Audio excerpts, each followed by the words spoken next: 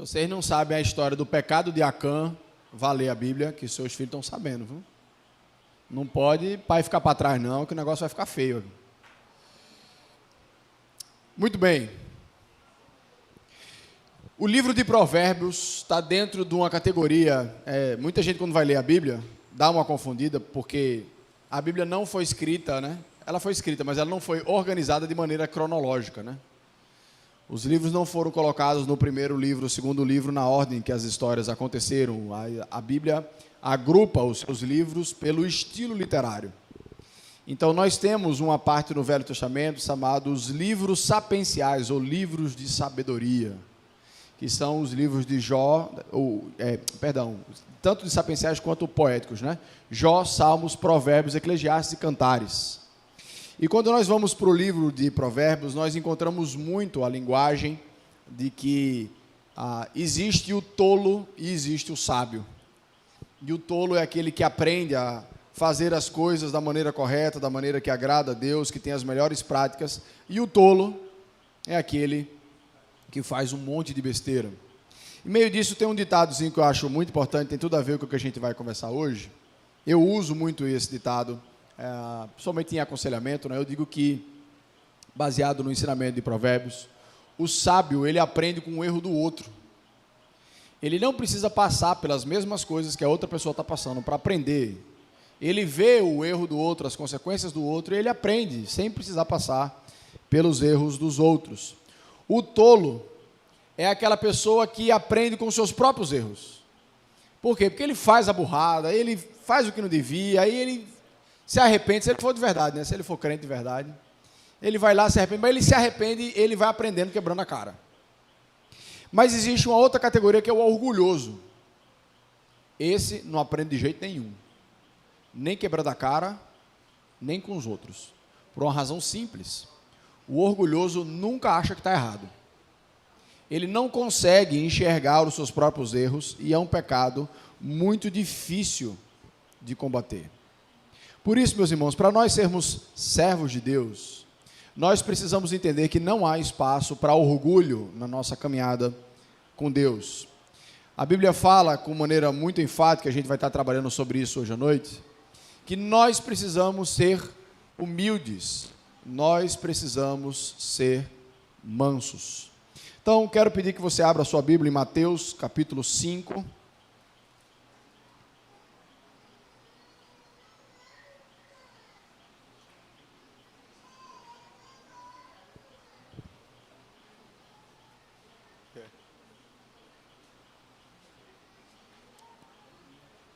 Mateus capítulo 5, versículo 5.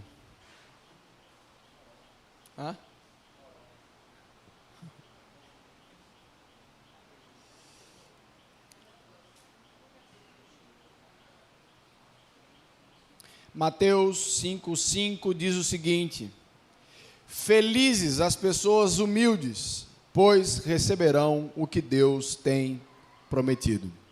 Vamos orar? Senhor, nosso Deus, nosso Pai, aqui nessa noite, que a Tua palavra, Senhor Deus, o Teu amor, a Tua compaixão esteja conosco. Que nós possamos estar aprendendo aquilo que Jesus Cristo quer nos ensinar, ó Pai, nessa porção especial, ó Pai, da palavra para nós. Sabemos que cada um que está aqui nessa noite vem fruto da Tua mão, vem por Teu propósito, Senhor. Que nós possamos sair daqui edificados e desafiados. É assim que nós oramos em nome do Teu Filho amado Jesus. Amém. Muito bem. Existe uma frase que o mundo é dos espertos. Não é o que a Bíblia diz. A Bíblia diz que o mundo é dos mansos. É muito interessante como a nossa sociedade, ela valoriza a força, a habilidade, a conquista, né, de cada um, né, a prerrogativa da sua competência, de você conseguir galgar as suas coisas, conquistar as suas coisas.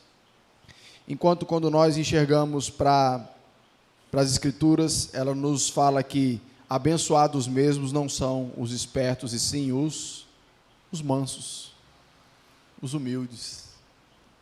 Nós temos tratado, né, o Sermão do Monte, versículo por versículo, e uma das coisas que eu tenho enfatizado para que os irmãos possam aprender nesses felizes aqui que nós podemos encontrar, né, na bem-aventurança, como é conhecido, é que essas bem-aventuranças são características que todo crente devia ter.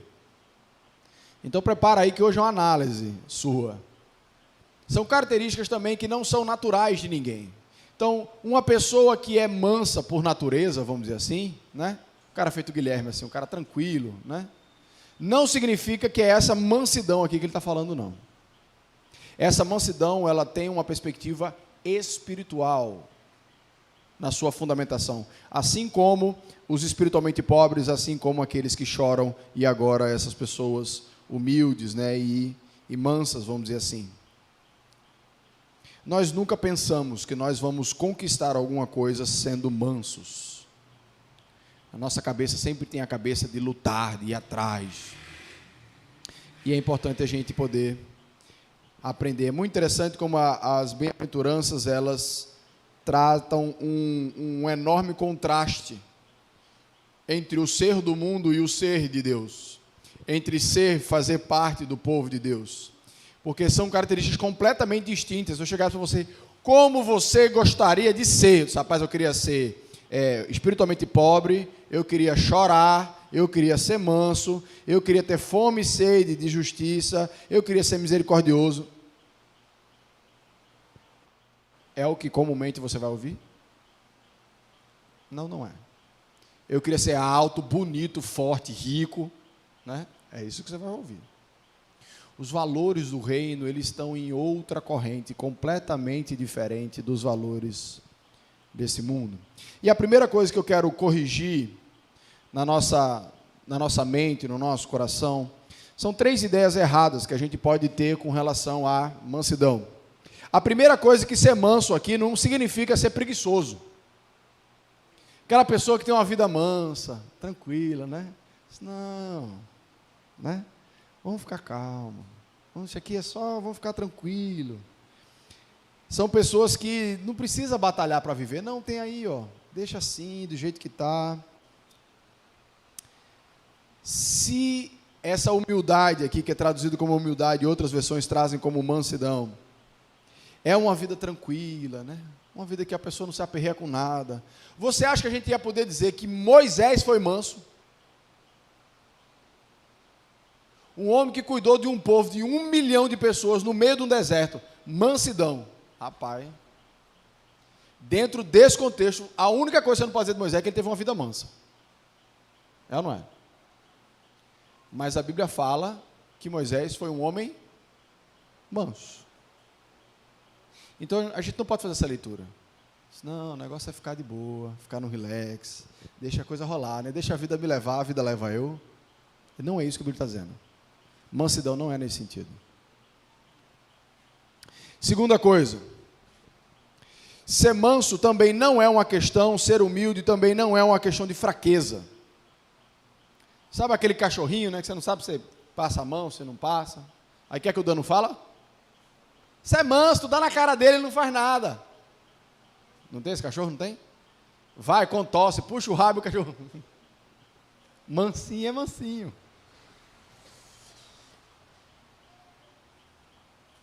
Jesus disse para a gente seguir a Ele porque Ele é manso. Você acha que mansidão é fraqueza? Ser manso é deixar os outros fazerem com você tudo que querem, do jeito que querem. É aquela pessoa que não tem força. Nosso Senhor Jesus tinha força. Tem força. Ficou com raiva. Usou chicote. Mas ele era manso. Então, mansidão também não é essa pessoa que não briga com ninguém, que não vai atrás de ninguém. Não, também não é isso. Não é isso que a Bíblia está.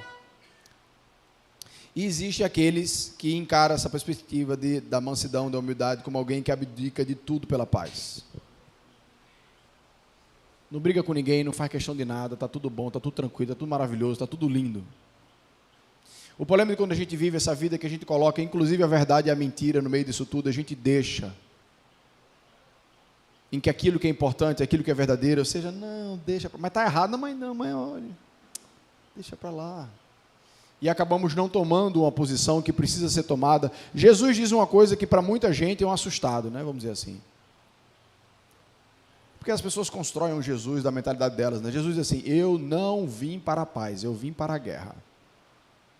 Você sabia que Jesus disse isso? Mateus capítulo 10, versículo 34. Por que ele disse isso? Porque ele diz, quando o evangelho chega numa família, muitas vezes, ele não traz paz, ele traz guerra. Por quê? Não pela parte de quem recebeu o evangelho, mas pelas outras pessoas que odeiam o evangelho. Então, trazer a verdade não necessariamente é trazer paz. Mansidão não é deixar de batalhar por aquilo que é verdadeiro e puro. Ser manso não é abdicar daquilo que nós cremos ou fazemos somente para ser agradável. Isso não é ser manso. Isso é ser tolo. Isso é aquele que se molda a qualquer circunstância e não tem uma identidade formada em Cristo Jesus. Se nós já temos essa ideia do que mansidão não é, o que é que nós precisamos entender? É preciso a gente observar que as bem-aventuranças, elas estão crescendo em nível de dificuldade. A primeira bem-aventurança fala sobre ser espiritualmente pobre, onde nós reconhecemos que nós somos pecadores, o nosso estado de pecado. Isso tem a ver na forma como nós nos enxergamos diante de Deus. A segunda bem-aventurança fala sobre a gente chorar, lamentar os nossos pecados. São pessoas que não se contentam em ser pecadoras. São pessoas que não se alegram com seus pecados, não alisam seus pecados. Tratam com dureza e com lamento os seus pecados, porque deseja ser como o seu Senhor, como Jesus. E agora, na terceira bem-aventurança, a gente não entra mais na maneira como nós nos enxergamos diante de Deus, mas na maneira como nós somos vistos pelas pessoas. Na relação agora que nós temos com os nossos semelhantes, vamos dizer assim. E é interessante como nós temos uma enorme sensibilidade para cuidar de nós mesmos. Eu já cansei de ouvir essa frase. A frase é assim, diz, não, olha, eu sou uma pessoa super tranquila, mas pisou no meu calo. Oi, e é tranquilo como então? Quando não tem nada ruim acontecendo, né? Essa ideia de que assim, se mexer comigo, vai ver. Vai ver. É só você juntar um monte de criança. Né? A gente tem essa experiência, né? A gente tem um pequeno grupo que eu estou perdendo as contas já. Tem 12. Tem menino que só. É a mesma quantidade de adulto, tem quantidade de menino. E de vez em quando vem um julgamento, né? Sai um menino. Falou, ela chamou não sei o quê. Hoje mesmo já aconteceu, né? Fulano disse que a roupa dela está feia. O que é isso? Estão manchando o ego dele. Isso pode? Pode isso? Não está errado isso? Lá em casa tem muito isso, né? Minha filha vem direto reclamar. Pai, fulano disse que eu estava... Agora eu tenho 2 fulanos, né? Descubra quem foi. Fulano disse que eu estava assim. Aí eu pergunto a ela, você é? Aí ela, pai, não faz essa pergunta não.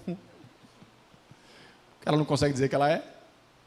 Diz que eu era feia, diz que eu era cabeça de livro. E essas coisas de criança. Mas é interessante como nós temos essa sensibilidade do nosso ego, né? E hoje a gente tem uma sociedade extremamente fragilizada nesse aspecto do ego. Ninguém pode dizer nada contra todo mundo, que é uma ofensa, que vira um trauma, que eu tenho que ir para psicólogo tomar remédio de taxa preta. Não é isso? O manso é aquele que, após enxergar a pobreza do seu espírito, após lamentar a sua pecaminosidade, ele entende que não existe motivo para ficar se orgulhando de si.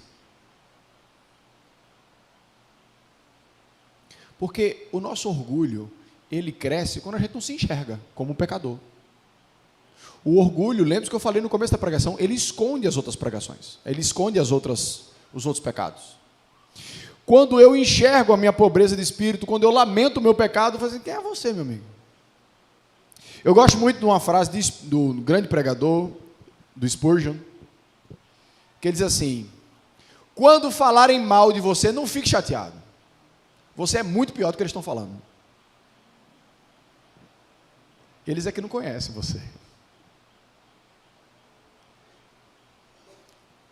É por isso que mansidão e humildade estão juntos, porque a humildade é essa capacidade de você conseguir enxergar quem você é diante de Deus. Quando nós olhamos assim, rapaz, tu é um cara isso, tu é rapaz. Se tu visse as batalhas do meu pecado essa semana, tu não ia estar dizendo isso. Tem até um pastor amigo meu que ele diz assim: rapaz, tirando teus pecados, tu é perfeito. Todo mundo é perfeito tirando os pecados, né? Então o que acontece? O manso é aquele que considera os seus direitos, mas não com exigência. Ele não está preocupado até as últimas consequências pela sua posição, pelo seu privilégio, pela sua possessão, porque tudo isso é fruto de ego. Tudo isso é fruto de uma imagem que a gente quer construir, que ela não é real. Não é. O que nós somos, pecadores, tendo sido derramados sobre a graça de Deus sobre nós. Se existe valor em nós, é porque o Espírito Santo nos deu. Se existe algo valoroso em nós, é porque não vem de nós, mas nós estamos imitando a Jesus Cristo. O que é que sobrou para tu?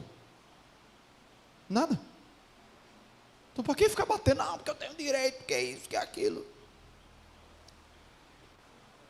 O manso não é a pessoa que não vive em autodefesa. Ele não tem essa necessidade de fazer os outros enxergarem a todo custo o que ele é. Ficar defendendo os seus feitos. Na verdade, o manso é aquele que não busca os seus interesses, mas os dos outros. Quando você tem uma pessoa que já entendeu que o seu ser não precisa ser o centro do universo, muito pelo contrário. Se não fosse a graça de Cristo, era o alvo da ira de Deus. Você começa a se esvaziar e agora você pode servir. Você pode começar a se preocupar com os outros. Porque se preocupar com nós mesmos toma uma energia gigantesca. Essa pregação é totalmente impalatável para esse mundo daí, que fala, ame a si mesmo. Você tem que se amar. Jesus fala, saiba que você é amado em mim. A partir desse amor que você conhece em mim, você pode dar amor aos outros. Eu não me amo, não. Eu sei que eu sou amado, é muito diferente. É muito diferente. Quando nós entendemos isso, você vai compreender a fala de Jesus de uma maneira um pouquinho diferente. Abra sua Bíblia em Mateus 11.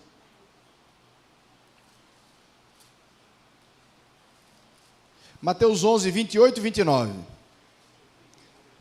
Texto conhecidíssimo de Jesus, mas que porque uma palavra deixa a coisa totalmente diferente.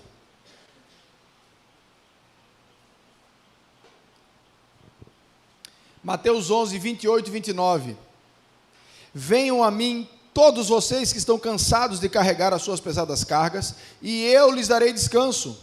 Sejam meus seguidores, aprendam comigo, porque eu sou bondoso, tenho um coração humilde, e vocês encontrarão descanso. O que é que tem a ver chamar os cansados com ser humilde?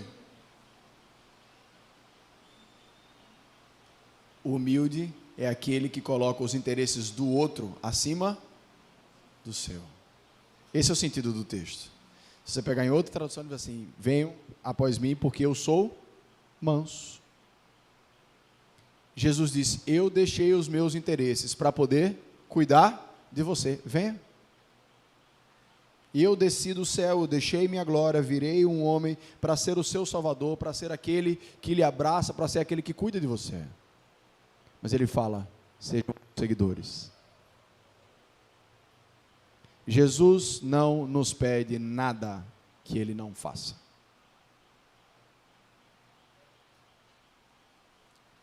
Ser manso, gente, é também uma forma espiritual da gente enxergar as dificuldades.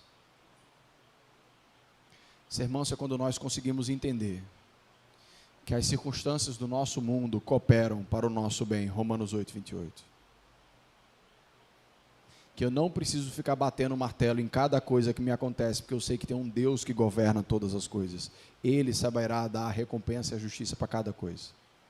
Eu gosto muito da história de Davi com um homem chamado Simei. Você conhece essa história? Não? Aprender agora. Estamos usando mais do Antigo Testamento, viu? Davi, em um momento em que o seu filho Absalão rouba o trono de Davi, Davi sai escorraçado do seu próprio reino, por conta de um golpe de Estado do seu filho mais velho, que um dia herdaria o trono, mas ele tira o pai do trono, ainda vivo, né? E Davi sai. E quando Davi sai com seus soldados, com os caras muito bons em guerra, seus generais, aparece um homem, Simei, que ele era da linhagem de Saul. E Simei começa a atacar pedra em Davi. E Simei começa a dizer, está vendo? Você não roubou o trono de Saul? Olha o que está acontecendo com você agora. O que Simei dizia sobre Davi era errado. Ele não roubou o trono de Saul. E eu gosto da parte do texto, quando chega um general e faz assim, e aí? Ele não diz assim não, tá? Versão ultra linguagem de hoje. E aí? Autoriza, se você autorizar, a cabeça rola. A resposta de Davi é maravilhosa. Davi fala o seguinte, deixa ele fazer o que ele quiser. Porque se ele estiver certo, o que ele está fazendo é justo. Mas se ele estiver errado, Deus há de corrigi-lo. Fantástico. Que é isso? Mansidão. Quando Saul tentou matar várias vezes, eu tenho lido o 1 Samuel com os meus filhos, muitas vezes que Saul tentou matar Davi. Em todas as vezes, Davi estava resoluto a não resolver as coisas da maneira dele, mas da maneira de Deus, dizendo, Deus tem trazido isso sobre mim, Ele vai resolver. Davi estava sendo manso. Ele confiava a justiça dele para Deus, ele sabia que ele não tinha direito a nada. A outra passagem que nós encontramos também no exemplo de Moisés, que eu acho fantástico. Moisés, Deus levantou Moisés do nada, fez Moisés ser o grande homem que ele foi. Moisés é usado por Deus, faz as 10 pragas, é usado por Deus para abrir o mar vermelho, alimenta o povo, traz água, maná, codorna, aquele negócio todo. Quando chega lá na frente, os irmãos dele, parece que Deus só fala por você. Não, está errado. E começam a questionar a autoridade de Moisés para governar e falar e liderar o povo. O texto vai discorrendo, quem entra na jogada é o próprio Deus. Fala, coloque a vara de vocês, cada um na minha presença, eu quero que sair florida é comigo, é com quem eu falo. E aí? A vara de Moisés fica florida, né? Na mesma hora, os irmãos ficam leprosos. E aí Deus manda Moisés orar pelos irmãos. Sabe o que é que Moisés diz no texto todinho? Nada. Porque ele sabia que se Deus o chamou, quem está preocupado em manter a identidade dele é o próprio Deus.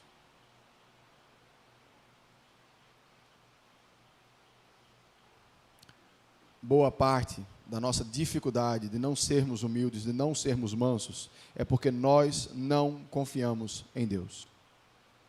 Nós confiamos muito mais na força dos nossos contatos, na força do nosso dinheiro, na força das nossas providências, na força do nosso braço. Achamos que nós precisamos fazer tudo por nós mesmos. Nós tememos as pessoas, por isso a gente acha que a gente precisa ter um valor perante elas. Nos agradamos, nos deliciamos mais com os elogios das pessoas do que com os elogios de Deus, e isso nos impede de sermos mansos e humildes.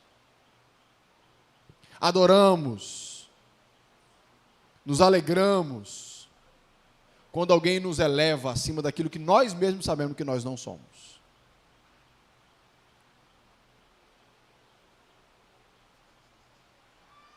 O manso é aquele que se submete a Deus, se submete à sua palavra, se submete ao governo de Deus. O manso, na verdade, ele se surpreende com o elogio. Quando ele é bem tratado, ele fica surpreso. Por quê? Porque ele sabe que ele não merece aquilo. É diferente daquele que termina e fala, eu sou bom, sou o cara. E aí, ele já espera que as pessoas venham elogiar ele, porque ele se acha. Mas, pastor, a gente nunca deve lutar pelos nossos direitos? Não, não é isso que eu estou dizendo, não. Nós podemos fazer aquilo que nos cabe, mas o que está residindo aqui é aonde está a nossa satisfação, é aonde está a nossa confiança, é uma perspectiva de coração, uma perspectiva interna. Se é o nosso coração, se a nossa confiança está no nosso braço, a gente perdeu a mansidão, a gente perdeu a ideia de quem é o governador de todas as coisas. E aqui ele dá a consequência, né? Toda bem-aventurança ele fala o que é que você ganha com sendo aquilo que Deus espera. Ele fala aqui, pois receberão o que Deus tem prometido. Em outra tradução vai trazer que herdarão a terra. Pastor, está diferente. Está diferente, mas vai dar no mesmo. Porque Deus tem prometido que aqueles que são dele herdarão a terra. Então vai dar no mesmo, tá? É interessante como o nosso coração, ele deseja ser materialista, né? E nós precisamos ajudá-lo a focar nas coisas do alto. Perder nesse mundo para a gente precisa ser corriqueiro. Porque o que nós temos em vista é a herança de uma terra que a gente ainda não pode ver. As crianças falaram de maneira correta aqui, né? Moisés não entrou na terra prometida. Não entrou na terra prometida física. Porque na espiritual entrou. Por mais que Moisés sabia que era um prazer terreno que ele podia ter tido e que ele perdeu, ele sabia que ele não estava fora da terra prometida verdadeira. O livro de Mateus, ele é escrito para os judeus, né? E os judeus ansiavam um rei materialista, um rei real, um rei que despojasse Roma, que colocasse os judeus no topo do poder, e que eles fossem os donos da terra agora, e não os romanos. E aí Jesus começa a dizer que quem vai herdar a terra é os mansos. Poxa, Jesus, isso não é nada do que a gente queria. Jesus traz primeiro um sentido espiritual para a sua vinda, com os olhos na fé daquilo que haverá. E eu quero defender vocês que, pela outra tradução, da questão da herança da terra, receber aquilo que Deus tem prometido, nós vamos receber duas terras, duas promessas. A primeira é que quem vive aqui, vive desejando tudo. Quem vive nesse mundo, querendo viver tudo que esse mundo tem, vive triste, porque esse mundo nunca dá tudo que ele tem. Você sempre fica batalhando, consegue uma coisa, vem outro, aí fica ansioso, aí quer mais, aí não se satisfaz e vai para outro. E essa vida materialista vai sugando a pessoa, vai sugando, e ela passa a vida correndo atrás de coisa material, chega no final, morre e vai sozinho. O que acontece? Perdeu a terra. O manso não.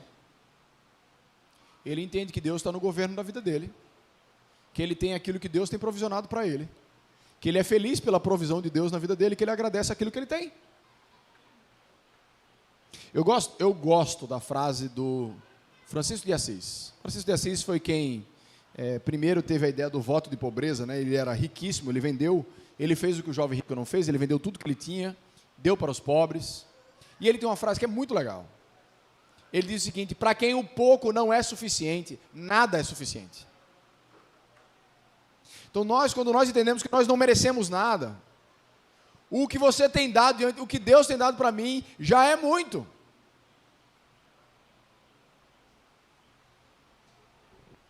E a segunda coisa que nós vamos herdar é, de fato, a nova terra. Em 2 Timóteo, capítulo 2, versículo 12, nós aprendemos o seguinte. 2 Timóteo, capítulo 2, versículo 12. Se continuarmos a suportar o sofrimento com paciência, também reinaremos com Cristo. Se nós o negarmos, ele também nos negará.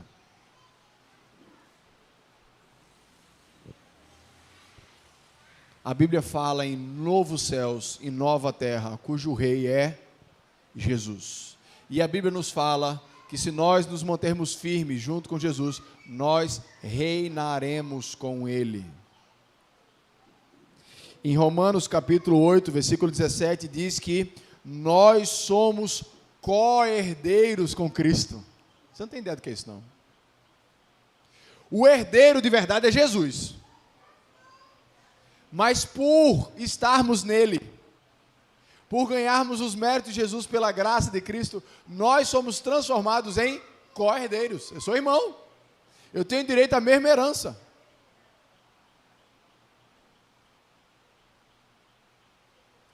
Só vai viver na nova terra aqueles que aprenderem a abdicarem de como viver nessa.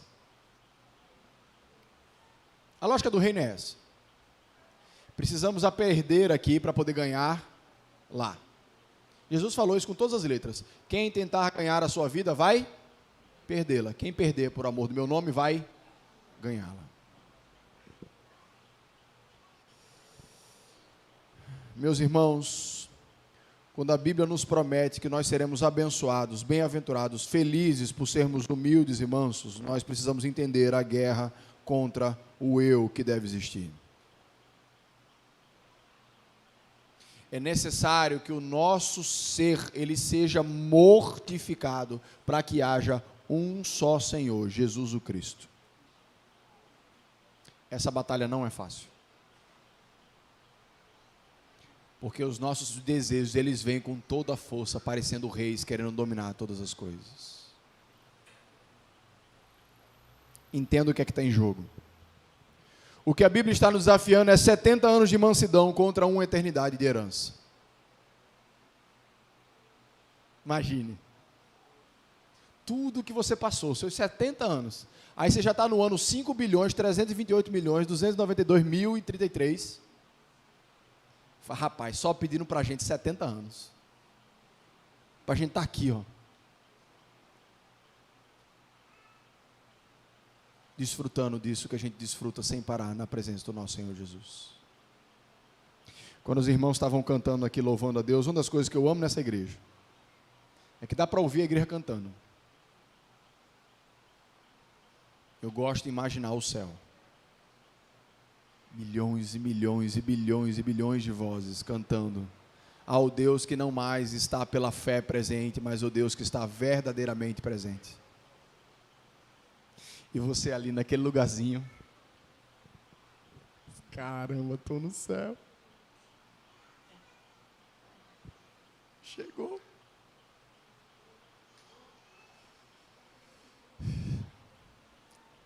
É isso que está em jogo. Fé, muitas vezes, meus irmãos, vai ser imaginação. Não porque é imaginário, não confunda. Mas porque nós somos chamados a enxergar aquilo que não se pode ver. Que possa ser uma marca nossa como cristão. Sermos mansos, humildes. Porque assim nós herdaremos a terra. Vamos orar. Senhor, nosso Deus, nosso Pai, louvamos, Senhor Deus, as Tuas promessas, Senhor Deus. Louvamos, Senhor Deus, o quanto o Senhor nos inspira, o quanto o Senhor nos desafia e nos faz enxergar a verdade, Senhor Deus. Os prazeres, os chamados desse mundo, Senhor Deus, não se comparam ao que o Senhor tem prometido para nós. São ridículos, Senhor Deus. Mas, Senhor Deus, do lado de cá, enquanto ainda não podemos ver essas promessas, é tão difícil, Senhor. Nosso ego parece transformar nossos pedidos em verdadeiros deuses, Senhor Deus. E acabamos assim perdendo a melhor proposta, nos abandonando, Senhor Deus, nos entregamos aos nossos desejos, perdendo a Ti, Senhor Deus, nos perdoa.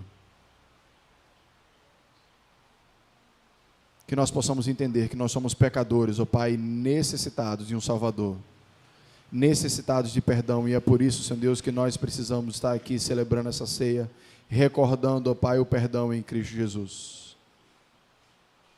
Sabemos que o Senhor está presente, porque a Tua palavra nos promete, Senhor. Que o Senhor está espiritualmente presente, onde a ceia é relembrada no Teu nome. Não estamos falando com ar, nem com as paredes, mas com alguém que nós não podemos ver, mas é real. Te damos graças ao Senhor Jesus. pelo teu amor e pela tua compaixão. Em nome do teu filho amado Jesus. Amém.